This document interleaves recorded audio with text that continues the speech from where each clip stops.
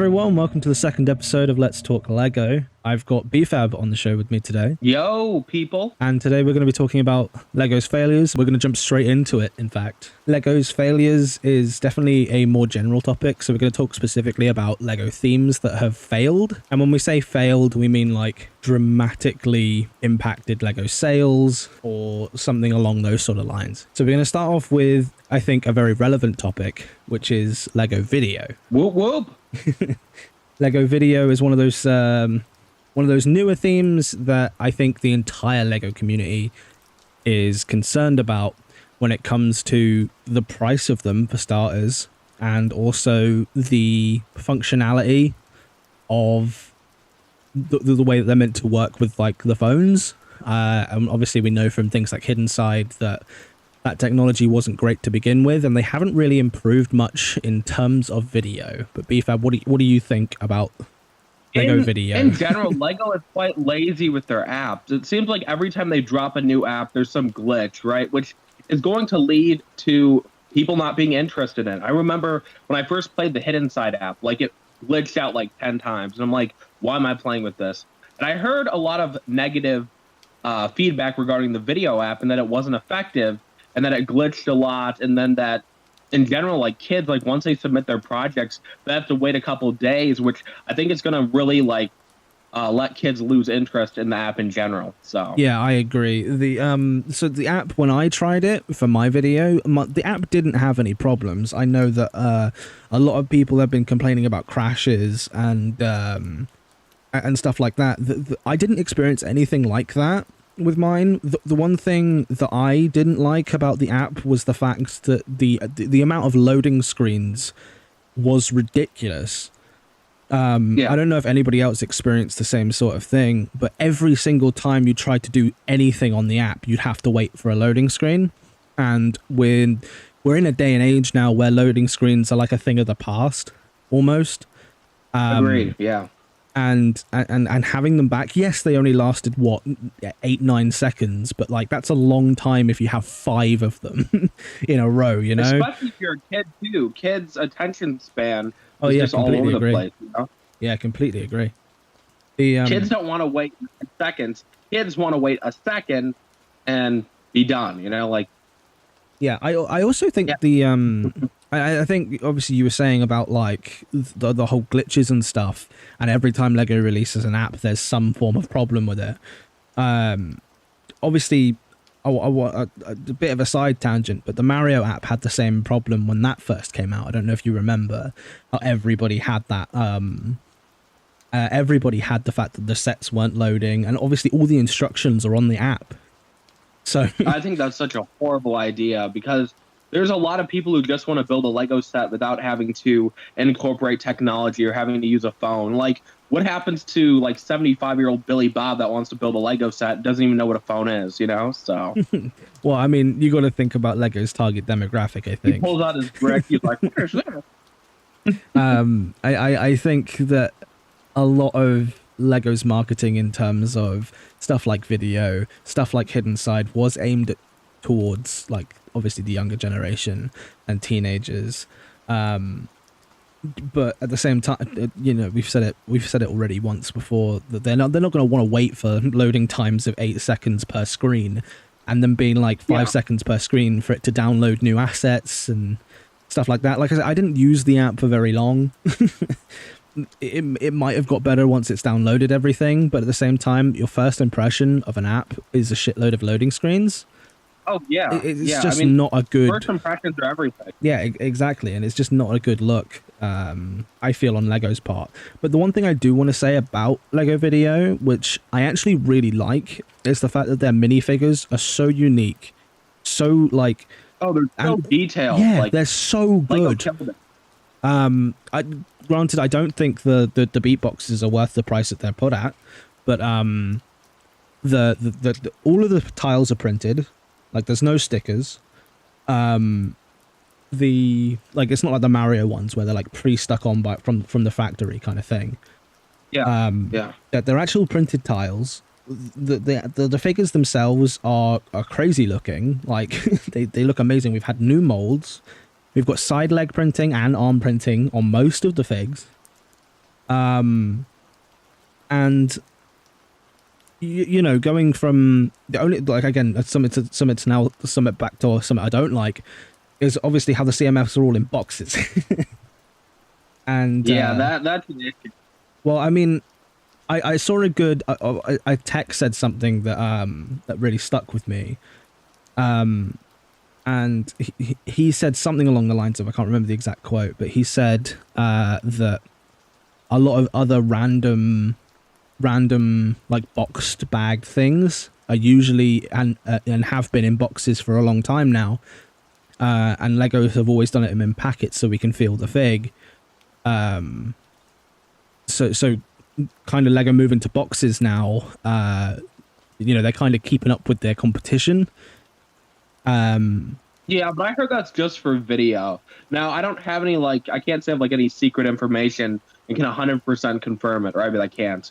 But I heard that the minifig series, like Looney Tunes, should be in bags, but who knows? So yeah, and I personally don't think that they're going to stick with boxes, but I understand why, if Lego did decide to stick with boxes, that they would stick with boxes. But the thing I will say is, if they do stick with boxes, they're going to get a lot of the problems that other toy companies have with putting their mystery figs in boxes, which is in most common retailers where those are stocked. People just steal them. Like, yeah, I mean, that's what I would do. I'm gonna start stealing them too. I mean, people steal. I mean, I always go back and I think of those Minecraft ones that are in like the little cube boxes. I don't know if you guys have those over in the States, but we have them like all over the place here. At least used to. And you'd go into a shop, and if you wanted one, you actually had to like either grab one from the very back, because all of the ones from the front were either ripped open and had their figures stolen. And I was like, this is if this is happening with Minecraft ones, imagine what is going to happen with Lego, you know, an arguably way more popular brand.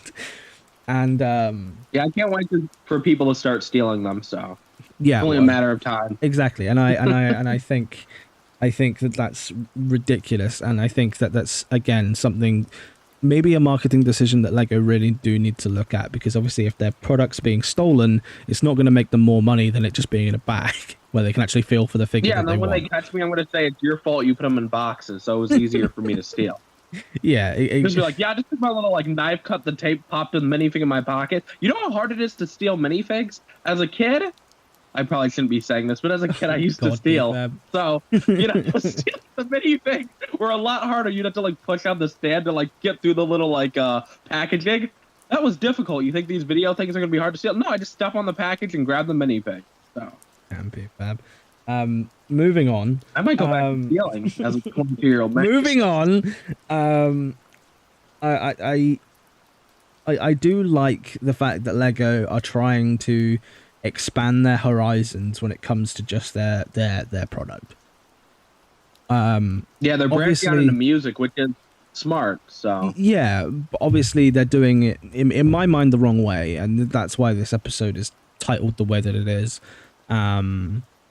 And I just feel like Lego really do need to take a step back, look at their marketing strategy. If they're going to do something with phones, they need to not, like, I don't know what to really suggest, but the AR functionality of of the phones, in my mind, utterly pointless.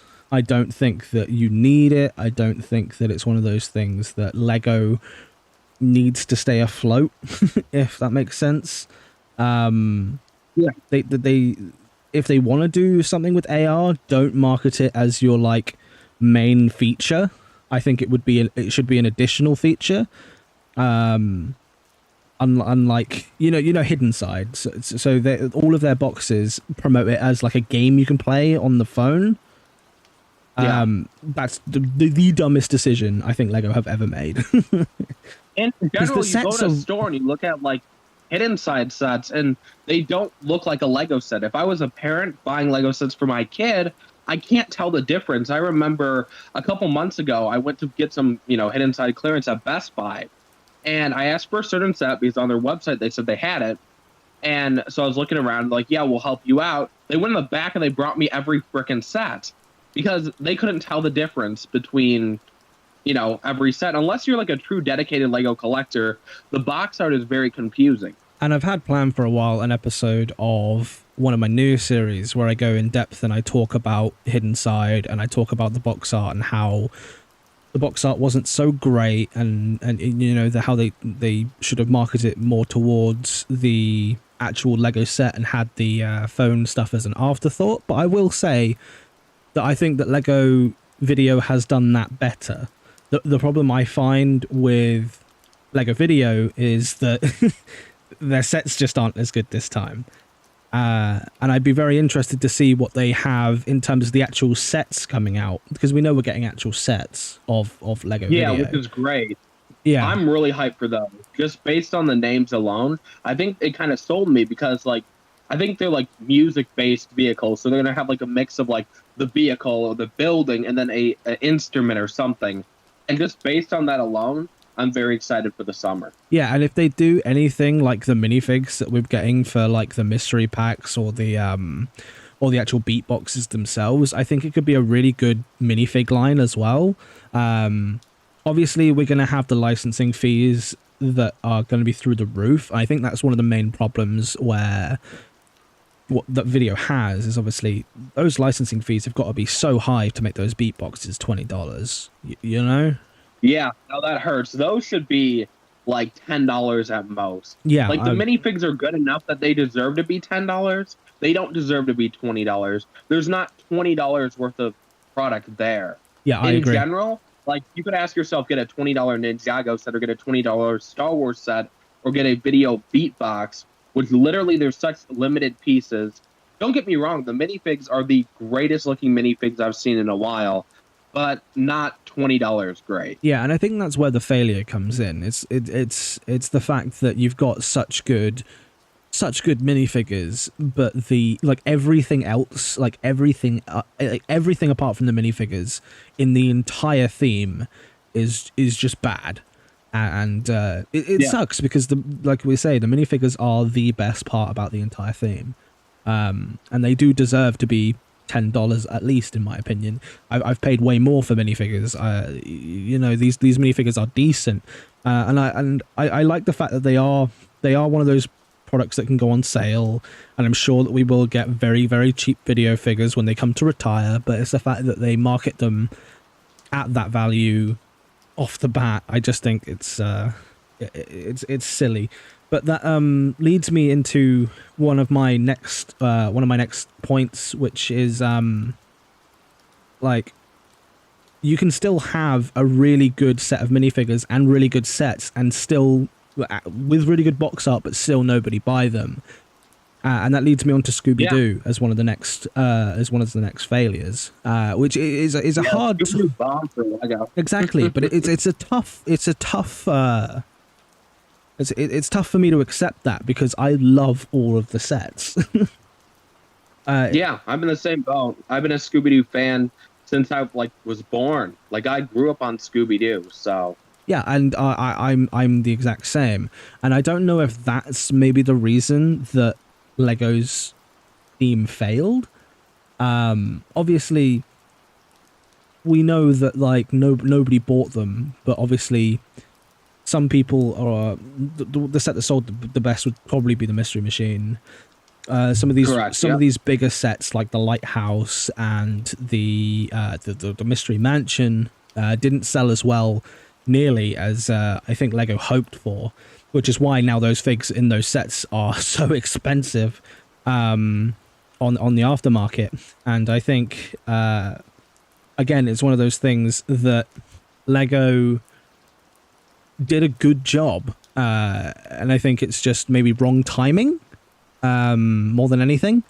I don't think it's I think if they released new Scooby-Doo sets when that new Scooby-Doo Scoob film came out, it would have seen a bit more a bit more hype for the sets. Obviously, COVID restrictions and that film came out during COVID and everything, but I honestly feel like that could have been almost the opportune time to release Scooby Doo stuff. Now, obviously, I know that there's licensing problems and stuff like that, but as you were saying, that would have been smart in general. But I think if Lego would release Scooby Doo sets when a new TV show came out, it would have been smart, because like Lego Scooby Doo came out of nowhere. I'm pretty sure there was not a TV show that came out when the sets came out, and it seems like a lot of the sets are based off of different TV shows, like one's from this show and one's from that show. There's not like a direct Lego set based off a certain, like, none of the sets are based off just one of the show, you know?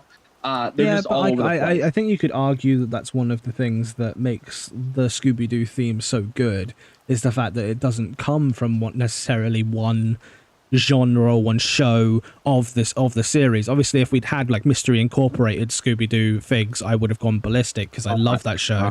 But like, I mean, take a look at my Ideas Project, for example. My Ideas Project is based on the one from 2002, that Mystery Machine from 2002, the film. And that includes all of the minifigures in the style of the film, but obviously that's limiting the Scooby-Doo theme. Whereas if they just released like a general Scooby-Doo theme across all of the shows and make the figures just look how they did in their classic series, which is clearly what they did, they figured it would have sold better. So why do you think the sets failed so much? I think it's truly marketing. I know like a lot of people, you know, agree that Lego is horrible at marketing their products. I think in general, Scooby-Doo does appeal to a more adult audience in the younger generation. And I think because they didn't market it towards the adults, right? Nobody was buying it for the most part. Like, people know the Mystery Machine, so they're going to buy the Mystery Machine. But the other sets don't really have relevance to you unless you're a huge Scooby-Doo fan, like, you know, me and you, right? The kids aren't buying Scooby-Doo sets because they care about Scooby-Doo. They're seeing the Mystery Machine. I feel like everyone knows the Mystery Machine, so they bought the Mystery Machine, but they don't care about the other sets. So none of the little kids are like, hey, I have enough money to go buy every single Scooby-Doo set, because most kids don't have the money, so they buy the set that they want, which is the Mystery Machine. So. Yeah, and so do you think with the resurgence of these like 18 plus sets like the Sesame Street and the Winnie the Pooh, do you think something like that but with Scooby-Doo would have sold better than something like the entire theme that Scooby-Doo came out a while ago? Yeah, 100%. I feel like if you had done one set, I don't know if it would have sold the same. Like, obviously it would have been like £100 odd, $100 plus set, because that's what they seem to be doing with these 18 plus ones with the like Winnie the Pooh and the Sesame Street. Obviously it would have included like a little house and the Mystery Machine, and that would have been like one of the best, you know, re-releases of a set.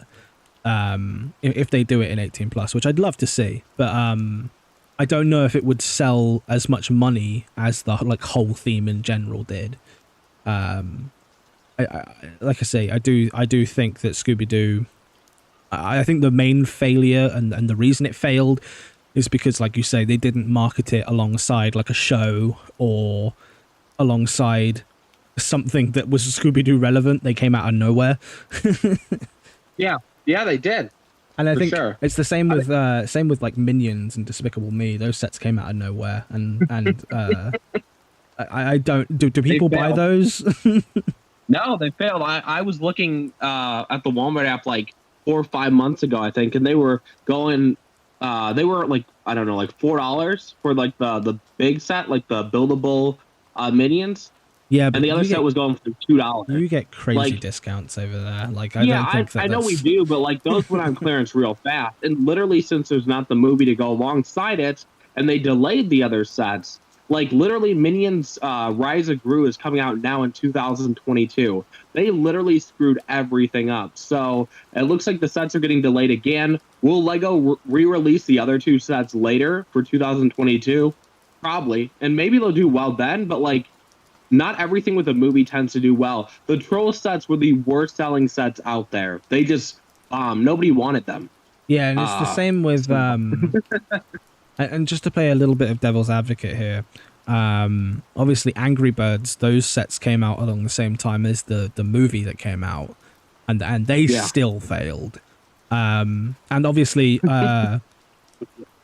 They did. again, to counterpoint that one even further, the Mandalorian sets, I think we're getting 2 more this year, as far as I'm aware. And obviously that's obviously not coming out alongside a Mandalorian series, but I'm sure those sets will sell. Obviously, you can argue that that's half to do with Star Wars, but like, I think the main thing to sort of drive home as the point here is to sort of say that niche themes like Scooby Doo and Angry Birds and Minions, if you don't release it alongside some sort of media material or some big event to do with the theme, then it's not likely to fail, because obviously it might just be one of those cases where it like shoots through the roof for no reason. But it's you're definitely limiting yourself by doing that. Yeah, you can't predict the market if there's nothing to really back it. Like you said, Scooby Doo didn't have a movie or didn't have a TV show when it came out for Lego. It came out of nowhere, and because of that, one, people weren't expecting it. 2, you can't really reach the market that you're going for in general. So yeah, and I do think it's also important that like I think Lego now have kind of realized how expensive they're getting, and obviously are making newer sets. Like take a look at the new Star Wars wave, for instance, how they're doing like the new X-Wing at like 45 quid and the new TIE Fighter at 35 quid. Those Scooby Doo sets, when they came out, they were expensive, man. Like you had the obviously the 3 starter sets, like the Mystery Machine, the Mummy set, and the like Mystery Plane. I think they were all in the $20 to $30 range, but then everything above that was like 80 to 90, and I think the biggest set that they did was like $150. Like that's pretty ambitious. I felt like they were priced well. I think they were priced well. I have no issue with the pricing when it comes to those sets. Within the States, I think it was 15, or I think it was either 13 or 15 for the smallest, 20 for the plane, 30 for the Mystery Machine, 50 for the Lighthouse, and 90 for the Mystery Mansion. Okay, I might be remembering wrong then, but I'm pretty sure. I think the point I'm trying to say is that like for a theme that came out of nowhere, right, and nobody really had any like love or attachment for the Scooby Doo at the time because there was no TV shows or anything. It was just one of those things that like I'm not going to pay £90 for a set that I don't really care about, you know. yeah. Unless you're like a true dedicated Scooby Doo fan, like me, exactly, who freaked out when they came out. But yeah, I think me too. And I think bad timing. I think that's what it summarizes down to. It summarizes down to bad timing. But now I just want to kind of go over some of the stuff that we've sort of talked about here, because I still think there are points to make in all these sort of different themes that we've talked about. I want to go back to sort of Mario and how I personally don't like the Mario sets.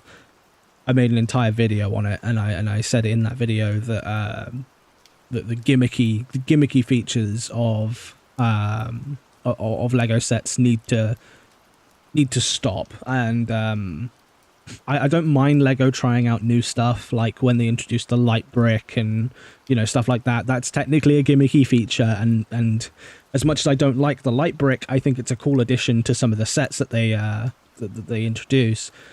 But with things like obviously Mario and the whole AR scanning screen thing that they've got in him, and that inflated the price by so much, and I just think that's just the wrong direction to go in.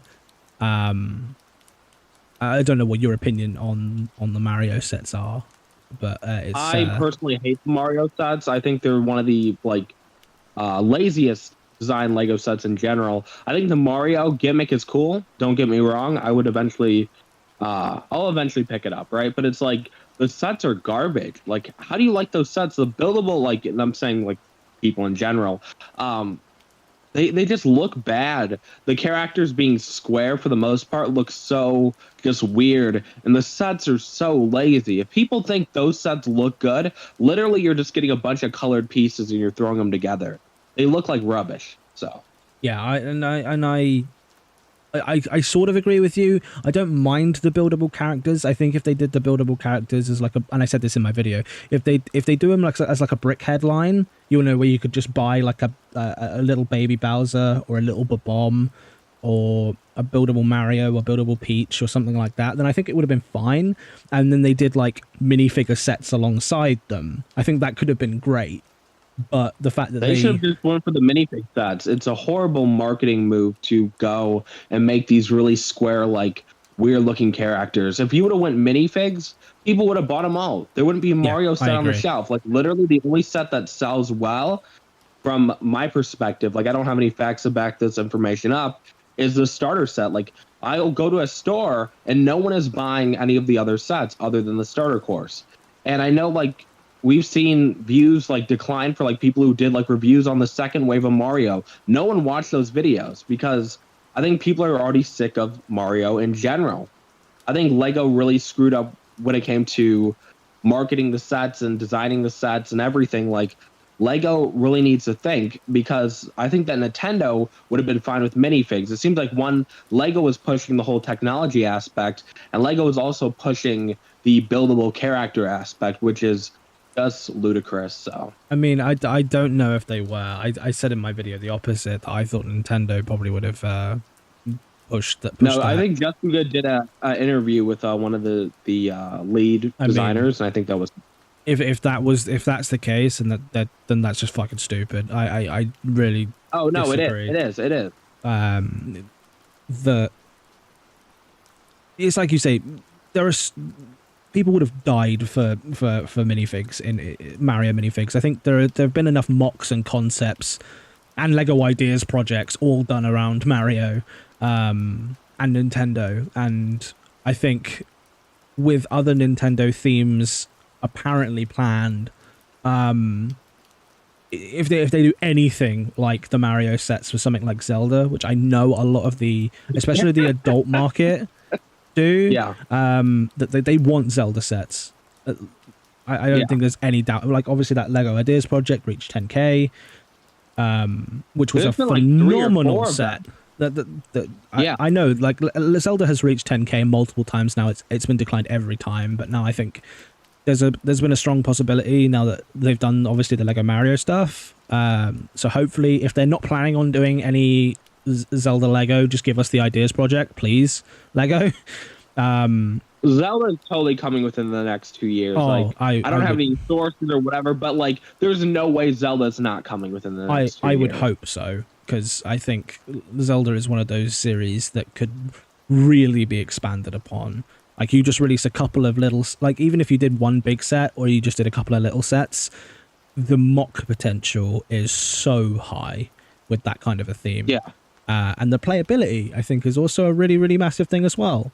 And I don't usually talk about that sort of side of things on this channel. It's more of a display and, mock kind of mods. I think in general, if Lego decided not to do Legends of Zelda, now that they do have that partnership with Nintendo, that's stupid because, like, we were saying before, 3 or 4 projects made it through. Clearly people want it, and people have been begging for it. So why not just give it to them? It's not like they have some, like, deal or whatever where they can't do it, right? They can make Zelda sets if they want to. If they don't, Lego is just stupid if they don't do that. I also think, like, because obviously, I don't know if you saw, but there's a Metroid set that's, like, either very close to hitting 10K or has hit 10K at this point. Metroid, again, one of those very, I would say, more niche things about Nintendo. But the set that they've designed is phenomenal. And I think it's crazy if Lego don't do something like that. And obviously we know that they're doing the Sonic set now, so clearly Lego are picking up on the whole gaming aspect of things, and I assume they're going to be testing out the market with something like Sonic, which, by the way, his Dimensions figure is like ridiculously priced right now. So like, I got clearly mine for next to people- nothing. I paid $15 for mine. yeah, I mean, now if you want him, I think you're paying something like $30-40 just for the one fig. And I think, Is it really that cheap? I thought it was like $60 at one. I don't know. I might be speaking out my ass there, but like, I know it's expensive to get nowadays, and Yeah. and I would hope that Lego take a look at the Sonic set and when it comes out and go, you know, we need to be tailoring towards these fans as well. Because I like the original themes that they're doing. I like Monkey Kid. I like the minifigs of video. I obviously like the licensed stuff like Harry Potter and Star Wars. I just feel like they haven't expanded much into the gaming world, and hopefully they do that with the Sonic set, and they don't mess it up like they do with like Lego Hidden Side and you know, Toy Story. Well, no, Toy Story is a bad example because Toy Story was really cool. But I'm talking like the 4+ Toy Stories, how they took something so good and made it crap. I didn't think they were that bad. I mean, the thing is, for me in general, like, I collected a lot of the old Toy Story sets. I never bought them for the sets. I bought them more for the minifigs. Well, I think so, like, I everybody didn't have did, an yeah. issue with the sets when they came out and they were 4+. I feel like there's been a lot of other cases where Lego has done a horrible job with like the 4+ sets. But you talking about gaming, I was listening to Lego's podcast and they were talking about Overwatch recently, and questions kept getting brought up, like, are they bringing back Overwatch? And with a rumored set being released in the summer, we don't know if they got canceled, but I know that 8 sets got canceled or delayed that were supposed to come out last year. And the guy was asking them if Overwatch was coming back or if they were planning to make anything on Overwatch 2, and they were very hush-hush with everything. So I think that we might see more Overwatch sets in the summer. And I think Overwatch is one of those, just as a sort of last point here, I think Overwatch is one of those really strange categories to bring out. Obviously, it's a first-person shooter kind of deal, and Lego are not really known to do that kind of thing. But you know, the minifigs in those sets are great. I don't know about the actual sets themselves. I don't play Overwatch, so I don't know how accurate they are. As far as what I've heard, the sets are a bit meh, but the minifigures are really good. So obviously, if those sets sell relatively well, like the new ones, obviously we know about the old ones, but and how, like you say, the 8 sets were cancelled. But I definitely think that there's more of a market for the sort of retro game than maybe those first-person shooters games. Like if they release Fortnite Lego, I know people would buy them, but how long the theme would go on for is another thing. People are in a clown Lego for a bit, but those sell well. But the thing is, if they wanted to do Fortnite, they should have jumped on that like 2 years ago. Yeah, I completely agree. And it's the same with like the other first-person shooters. Obviously, they're not going to do like Call of Duty and stuff like that because that's military-based, and they're not going to do that kind of thing. But sort of like, you know, fantasy games. Like, you know, if they wanted to, they could do like CMFs of this kind of stuff, and I know people would eat it up. They're just not going to do it though. It's just one of those things. And you can tell by the amount of concepts that people put out in terms of CMFs out there. But like, I think we've been talking about this for a crazy amount of time now, and I just sort of want to sum up again sort of the points that we've iterated. And obviously today we're talking about Lego's failure of themes and how we think that Lego Video is good but overpriced. How Scooby Doo was just a terrible timed theme, but a really great theme in general. And then we talked about some of the gimmicky features of Mario, and just other gimmicky features that need to be died down, and they need to focus more on the actual set themselves, because I feel like they neglect some of the sets sometimes, which actually is another future episode planned of Let's Talk Lego. I want to thank everybody for listening again to this episode of Let's Talk Lego. This is actually the second episode now. If you haven't listened to the first one, we talk about Harry Potter and how it's a dying theme slowly. So I highly recommend going and checking out that episode if you haven't listened to it already. I want to thank BFAB for joining me on this second episode. Say hi, BFAB. Whoa. Yo, everyone, go subscribe to my OnlyFans. Thank you. And obviously in the future we have a lot more of these Let's Talk Lego planned, with other guests, and I'm sure BFAB will join me again in the future for another episode. But again, just want to thank everybody for watching, and I will talk to you guys in the next one. Goodbye. Peace, guys.